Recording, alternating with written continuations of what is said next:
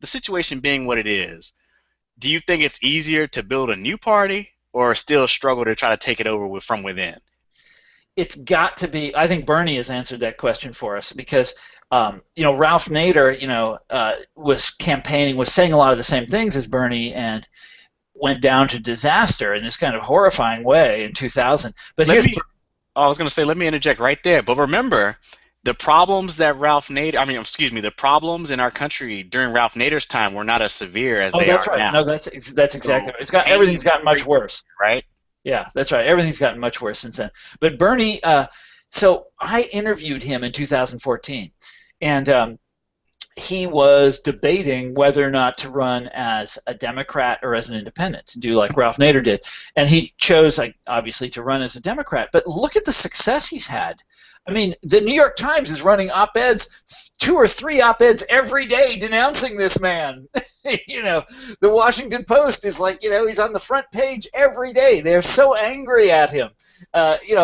It's amazing what he has done just by running in the Democratic primaries.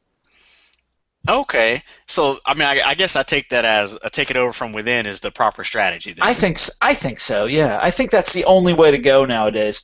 But once we get in there, I want to change the laws about third parties. I would like to see third parties again. I think that would be a blast. So I see what you're saying.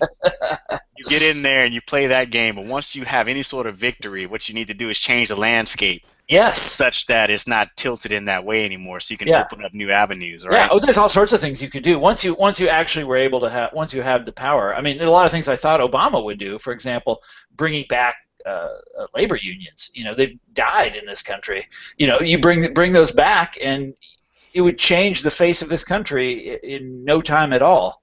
And what I want to point out is Democrat after Democrat has promised card check, has promised repeal. Well, nobody's promised repeal of the Taft-Hartley Act, but people have talked about They used to promise that. They used to promise that. They don't anymore, but they used to.